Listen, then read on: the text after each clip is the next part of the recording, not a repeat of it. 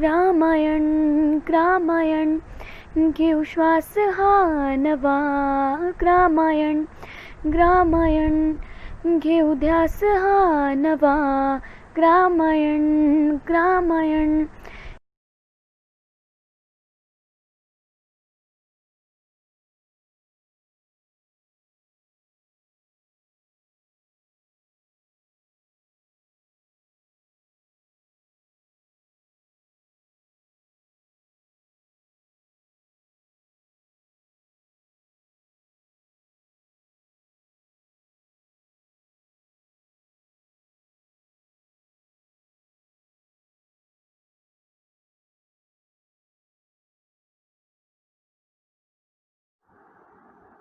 नमस्कार, मी आराधना ताठे. ग्रामायण प्रतिष्ठान नागपूर आयोजित उद्यमगाथा या सदराअंतर्गत आज मी माझ्या गृहउद्योगाची माहिती तुमच्यासोबत शेअर करणार आहे. तर गेली 3 वर्ष झाले मी नागपूरला आराध्य गृहउद्योग चालवते आहे आणि ह्यामध्ये विशेषतः गर्भवती स्त्रिया, स्तनदा माता आणि शिशु म्हणजे 6 महिन्यानंतरची लहान बाळे यांच्यासाठी लागणारा पूरक आहार हे आम्ही तयार करतो. आणि हे काम सुरू करण्यामागची जी माझी प्रेरणा आहे ती अशी आहे की मी स्वतः जेव्हा मी आई झाले तेव्हा मला खूप जाणवलं की प्रेग्नन्सी, लॅक्टेशन आणि मुलांना मोठं करणं, लहान मुलांना मोठं करणं हे खरोखरच स्त्रियांसाठी खूप चॅलेंजिंग असतं आणि सगळ्याच कामांचा ताण त्यावेळी वाढलेला असतो. तर अशावेळी घरी केल्यासारखं पौष्टिक असं जर बाहेरून काही त्यांना रेडीमेड मिळालं तर खूपच त्यावेळी ते त्यांना उपयोगी पडतं. त्याच्यामुळे बऱ्याच वर्षांपासून माझ्या मनात ही गोष्ट होती आणि ती आता गेली 3 वर्ष झाले मी प्रत्यक्षात उतरवते आहे. मुख्य करून जे गर्भारपणात जे पौष्टिक पदार्थ लागतात म्हणजे नाचणीचे लाडू, नाचणी मूगडाळीचं इन्स्टंट डोसा मिक्स, सातूचं पीठ असे विविध इन्स्टंट स्नॅक मिक्सेस आम्ही तयार करतो. त्याच्यानंतर स्तनपानासाठी जे ट्रॅडिशनल फूड आहे, आपण परंपरागतरित्या जे आळीवाचे लाडू करतो, आळीवाचं जे इन्स्टंट खीर मिक्स आहे, खसखशीचं खीर मिक्स आहे, बाळंतिणीच्या विड्याचा मसाला, शोपेचं सरबत, ह्या सगळ्या गोष्टी आम्ही इन्स्टंट सॅशेच्या स्वरूपात उपलब्ध केलेल्या आहेत. आणि दुसरा सगळ्यात महत्त्वाचं म्हणजे जो पूरक आहार आपल्याला द्यायचा असतो 6 महिन्यानंतरच्या बाळांना, तर बरेचदा खूप इच्छा असूनही वेळेअभावी घरी करू शकत नाहीत स्त्रिया. तर त्यांची सोय व्हावी म्हणून कॉम्प्लिमेंटरी फूड ते सुद्धा आम्ही आमच्या गृहउद्योगामध्ये तयार करत असतो. आणि गर्भसंस्काराच्या क्लासेसमध्ये सुद्धा मी आहारावर मार्गदर्शन करते ओमेगा हॉस्पिटलमध्ये. तसंच माझ्या ह्या कामाच्या निमित्ताने मी सतत गर्भवती स्त्रियांच्या संपर्कात येते, स्तनदा मातांच्या संपर्कात येते. तर त्यांना पारंपरिक आपल्या पदार्थांचं महत्त्व, त्याच्यानंतर स्तनपानाचं महत्त्व, ब्रेस्ट फीडिंगचं इम्पॉर्टन्स ते पण मी समजावून सांगते. आणि स्तनपानाबद्दल मला अजूनही असं वाटतं की आपल्या समाजामध्ये पाहिजे तशी जागरूकता नाही आहे. जेव्हा शिशु आहाराचा विचार आपण करतो तेव्हा स्तनपान हा विषय फार महत्त्वाचा आहे आणि स्तनपानासाठी स्त्रियांची जे आरोग्य आहे ते सुदृढ पाहिजे, त्यांची मानसिकतासुद्धा पाहिजे स्तनपानासाठी.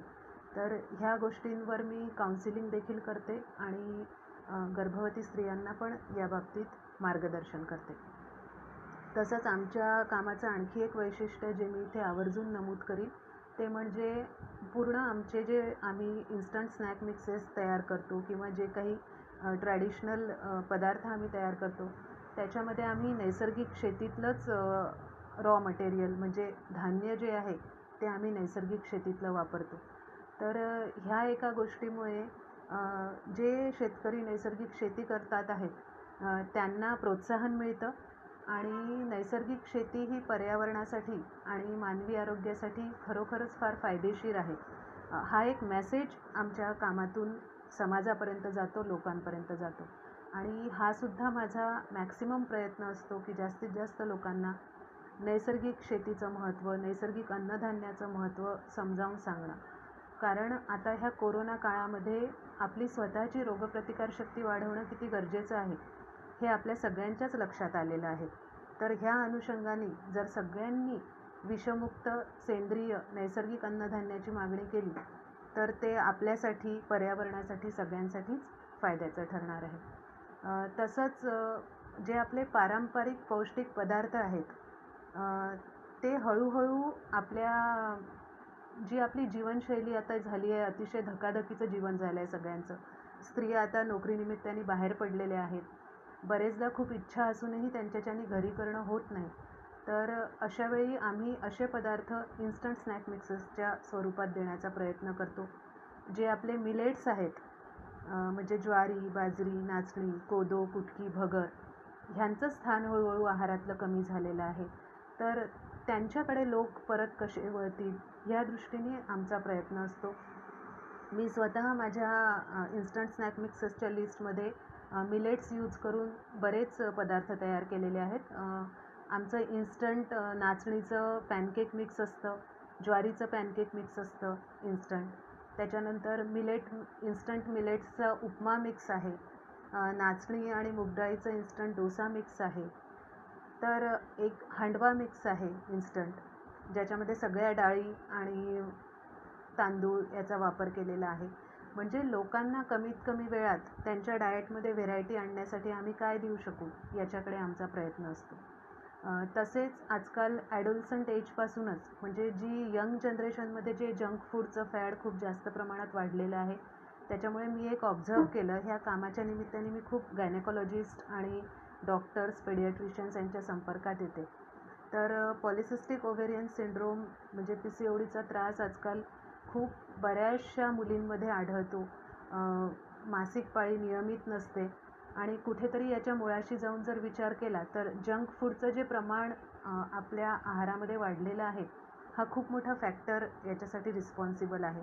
तर माझी ही पण एक इच्छा आहे की राईट फ्रॉम द ॲडोलसंट एज, कारण पुढे ह्याच मुलींना पुढच्या ह्या भावी माता आहेत, त्यांना ती प्रेग्नन्सी कॅरी करायचं आहे, तो लॅक्टेशनचा सगळा लोड, मुलांचं संगोपन. तर ह्या सगळ्या गोष्टी जर पुढे त्यांना सुरळीत आणि अगदी सुदृढपणे करायच्या असतील तर त्यांचा पाया मजबूत हवा. तर ज्या आया आहेत की ज्यांच्या मुली ॲडोलसंट एजमध्ये आहेत, त्यांनी देखील या गोष्टीवर विचार केला पाहिजे की आपल्या मुलींना सकस अन्न आपण कसं घेतलं पाहिजे, पारंपरिक अन्नावर आपण कसा भर दिला पाहिजे याच्याबद्दल एज्युकेट करायला हवं. आणि आता पुढचा माझा प्रयत्न म्हणजे मला माझ्या कामाच्या अंतर्गत तोही एक भाग आता समाविष्ट करायचा आहे. आणि महिलांना विशेषतः मी एक मेसेज देऊ इच्छिते, म्हणजे मुलींना ओव्हरऑल सगळ्यांना, की पुढची जी देशाची भावी पिढी निर्माण करायची आहे ती जर सुदृढ निर्माण करायची असेल तर एक गोष्ट खूप लक्षात ठेवली पाहिजे की हे मुख्यत्वे करून महिलांच्या हातात ह्या गोष्टी आहेत. जर तुम्ही सर्वप्रथम स्वतःच्या आरोग्याची काळजी घेतली तर पुढची पिढी तुम्ही चांगली निर्माण करू शकाल. आता नुकताच हा जो सप्टेंबर महिना आहे हा न्यूट्रिशन मंथ म्हणून पूर्ण भारतभर साजरा केला जातो. Month of September is celebrated as nutrition month across the country. आणि न्यूट्रिशन मंथच्या अनुषंगाने मॅटर्नल, इन्फॅन्ट आणि यंग चाइल्ड न्यूट्रिशनचं खूप जास्त महत्त्व आहे. तर हे जे इन्फॅन्ट आणि यंग चाइल्ड न्यूट्रिशन आहे याच्यामध्ये काही काही हिडन फॅक्टर्स असतात. याच्यामध्ये एक स्तनपानाचा सुद्धा पोषण म्हणून एक जो भाग येतो तो नेहमी दुर्लक्षिला जातो. ती फार क्षुल्लक गोष्ट आहे म्हणून सगळेजण त्याच्याकडे दुर्लक्ष करतात. परंतु स्तनपान हा फक्त आई आणि बाळाचा विषय नसून तो पूर्ण समाजाचा, कुटुंबाचा विषय आहे. कारण ती जी स्तनदा माता असते तिचं आरोग्य कसं चांगलं राहील, तिची मानसिक स्थिती कशी चांगली राहील याच्यासाठी पूर्ण कुटुंबाने आणि पूर्ण समाजाने तिच्यावर लक्ष द्यायला हवं. ती आनंदी कशी राहील, ती प्रसन्न कशी राहील, तिचा आहार योग्य तिला मिळतो आहे की नाही, ही कुटुंबातील सगळ्या सदस्यांची जबाबदारी आहे. आणि ज्या स्त्रिया आहेत त्यांना मी एक गोष्ट सांगू इच्छिते की आपली मुलं जर सुदृढ व्हावी अशी तुम्हाला वाटत असतील, म्हणजे ज्या होणाऱ्या भावी माता आहेत त्या पण, त्यांना सांगते की 3 स्टेप्समध्ये तुम्हाला 3 स्टेप्सकडे तुम्हाला विशेष महत्त्व द्यायचं आहे. तर सगळ्यात पहिली जी स्टेप आहे की मुलींनी अगदी ॲडोलसंट एजपासून म्हणा किंवा सुरुवातीपासूनच स्वतःच्या आहाराकडे त्यांनी विशेष लक्ष द्यायला हवं. आणि गर्भिणीचा आहार, गर्भारपणातला आहार पण अतिशय महत्त्वाचा आहे. कारण मुलाच्या मेंदूची जी 80% वाढ असते ती पहिल्या 1000 दिवसांमध्ये होऊन जाते. आणि हे पहिले 1000 दिवस म्हणजे right from the conception to second birthday of your baby. तर बघा तुम्ही की हा काळ किती महत्त्वाचा आहे. तर हे 9 महिने जे बाळ तुमच्या पोटात असतं तेव्हा तुम्ही जो आहार घेता त्याच्यातून त्याला पोषण मिळत असतं. त्यामुळे गर्भिणीचा आहार हा सकस असला पाहिजे. तर आम्ही आमच्या गृहउद्योगाच्या माध्यमातून गर्भिणीला सकस आहार पोहोचवण्याच्या दृष्टीने प्रयत्न करतो. त्यांना कमीत कमी वेळात आमचे इन्स्टंट स्नॅक मिक्सेस वापरून कसा जास्तीत जास्त पौष्टिक आहार मिळेल याकडे आम्ही लक्ष देतो. त्यानंतर जी दुसरी स्टेप आहे ती म्हणजे की तुम्ही स्वतःला ब्रेस्ट फीडिंगसाठी प्रिपेअर केलं पाहिजे. शारीरिक आणि मानसिक तुमची तयारी असली पाहिजे ब्रेस्ट फीडिंगसाठी. कारण एक्सक्लुझिव्ह ब्रेस्ट फीडिंग तुमच्या बाळासाठी 6 महिन्याचं बाळ होईपर्यंत हे सगळ्यात महत्त्वाचं पोषण आहे. हे पहिलं पोषण आहे तुमच्या बाळाचं. मग हे पहिलं पोषण जर तुम्ही सुदृढ असाल म्हणजे आरोग्याच्या दृष्टीने तरच होऊ शकेल. तर ह्याही दृष्टीने आम्ही आमच्या गृहउद्योगामध्ये आळीवाचं इन्स्टंट खीर मिक्स आहे, नाचणीचे लाडू आहेत, ड्रायफ्रूट्सचे लाडू आहेत, शोपेचं सरबत आहे, त्याच्यानंतर बाळंतिणीसाठी काढा आहे, पानात घालायचा विड्याचा मसाला आहे. हे सगळे पदार्थ आम्ही ज्याला आपण लॅक्टेशन फूड म्हणतो, जे स्तनपानाला तर मदत करतातच परंतु स्तनदा मातेची तब्येतीची पण काळजी घेतात. ती सुदृढ कशी राहील, तिचं आरोग्य कसं चांगलं राहील याची पण काळजी घेतात. आणि तिसरा जो महत्त्वाचा भाग असतो तुमच्या बाळाच्या तब्येतीच्या दृष्टीने तो म्हणजे 6 महिन्यानंतर तुम्हाला पूरक आहार सुरू करावा लागतो. कारण ब्रेस्ट फीडिंग हे पुरेसं नसतं 6 महिन्यानंतर. त्याच्या जोडीला तुम्हाला पूरक आहार द्यायचा आहे. तर मग पूरक आहार द्यायचा म्हणजे मग घाई गडबडीत पार्लेजीची 4 बिस्किटं दुधामध्ये घोळून दिली हे केल्याने तुमच्या बाळाचं पोषण होणार आहे का? नाही. बरेचदा आयांच्या मनामध्ये असतं, परंतु बाळ झाल्यानंतर घरातली कामं इतकी वाढतात, जागरणं वाढतात, पूर्ण रुटीन आपलं बदलून जातं. तर इच्छा असूनही आजकाल मुली करू शकत नाही त्या सगळ्या गोष्टी घरी. जर एकत्र कुटुंबात तुम्ही राहत असाल तर त्याचे तुम्हाला खूप फायदे असतात. सासूबाईंची मदत होते, आईची मदत होते. परंतु आजकाल न्यूक्लिअर फॅमिलीज आहेत, नवरा बायको एकटे राहतात. त्यातल्या त्यातही आई ही वर्किंग असते, त्या बाहेर जाऊन तुम्हाला नोकरी करायची असते. अशावेळी तुमच्या ह्या गरजांचा विचार करून आम्ही कॉम्प्लिमेंटरी फूड म्हणजे शिशुपूरक आहार तोसुद्धा आम्ही आमच्या गृहउद्योगात तयार करतो, अगदी घरच्यासारखं. म्हणजे सगळं नैसर्गिक शेतीतलं धान्य वापरून लोखंडाच्या कढईत आम्ही भाजबूज करतो. इव्हन जी चक्की आम्ही पिठं करण्यासाठी जी केलेली आहे त्याचा RPM पण आम्ही अगदी स्लो, म्हणजे ज्याच्यातून हीट जनरेट होणार नाही आणि मॅक्सिमम त्याची पोषण मूल्य टिकून राहतील इतका विचार करून आम्ही तुमच्या बाळासाठी पूरक अन्नसुद्धा आमच्या गृहउद्योगामध्ये तयार करतो.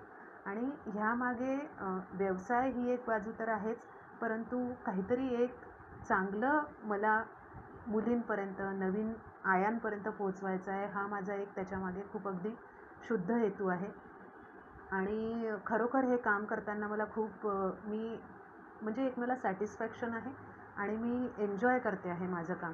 आणखी एक गोष्ट मी आवर्जून नमूद करेल की नागपूरला जे नेल्सन हॉस्पिटल आहे, पेडियाट्रिक हॉस्पिटल आहे ते, तर तिथे बरेचसे जे पेडियाट्रिक पेशंट असतात ते ट्यूब फिडिंगवर असतात. त्यांना नाकातून नळी घातलेली असते आणि त्याच्यातून आहार द्यायचा असतो. तर त्यांनासुद्धा आम्ही ट्यूब फीड जे आहे ते आम्ही आमच्या गृहउद्योगातून पुरवतो. कारण बरेचसे बाहेरगावून पेशंट येतात, MP मधून येतात. बऱ्याच जणांची फायनान्शियल कंडिशन पण पाहिजे तशी मजबूत नसते. तर अशावेळी किचन ॲक्सेस नसतो त्यांना नागपूरमध्ये, मग अडचण येते. मग कुठून तरी हॉटेलमधून काहीतरी घेऊन जेव्हा देतात तर इन्फेक्शनचे चान्सेस असतात. तर अशावेळी आम्ही त्यांना ट्यूब फीड आम्ही आमच्या गृहउद्योगात तयार करून त्यांना देतो, त्यांची ती सोय आम्ही करतो. तर एक प्रकारचं आत्मिक समाधान आहे हे सगळं काम करताना. आणि म्हणजे मला असं वाटते की उद्यम गाथा या दृष्टीने मी आज माझा हा अनुभव शेअर करते आहे. तर मला आवर्जून एक गोष्ट नमूद करावीशी वाटते की स्त्रियांचं जे पारंपरिक ज्ञान आहे पदार्थांबद्दलचं, आपल्या फूडबद्दलचं, ते लोकांपर्यंत जास्तीत जास्त पोहोचलं पाहिजे. कारण की आता खरोखरच ह्याची फार गरज आहे. सगळ्याच गोष्टी आपण बाहेर जे सगळं पॅकेज फूड मिळतं आहे, तो फक्त ॲडव्हर्टाइजमेंटचा म्हणजे भपकेबाजपणाला भाळून आपण त्या गोष्टी घेतल्या तर त्याच्यातून आपल्याला पोषण मिळणार नाही. लोक आता हळूहळू ह्या ट्रॅडिशनल फूड्सकडे वळतात आहे आणि मला वाटतं की जास्तीत जास्त स्त्रियांनी अशा पद्धतीचं, आणि तेही घरच्या घरी आपल्या घरच्या जबाबदाऱ्या सांभाळून आपण ही सगळी कामं करू शकतो आणि काहीतरी आपण एक चांगलं समाजाला देतो आहे हे समाधान तुम्ही मिळवू शकता. हा एक मेसेज मी तुम्हाला देईन. आणि ज्यांनाही कधी शक्य होईल त्यांनी जरूर आमच्या गृहउद्योगाला भेट द्यावी. आम्हाला नक्की आवडेल. आणि ग्रामायण प्रतिष्ठान नागपूरचे मला ह्या उद्यमगाथा ह्या कार्यक्रमात आमंत्रित केल्याबद्दल आणि माझ्या गृहउद्योगाची माहिती देण्याचा जो मला चान्स दिला त्याच्याबद्दल मी त्यांच्या मनापासून आभार मानते. धन्यवाद.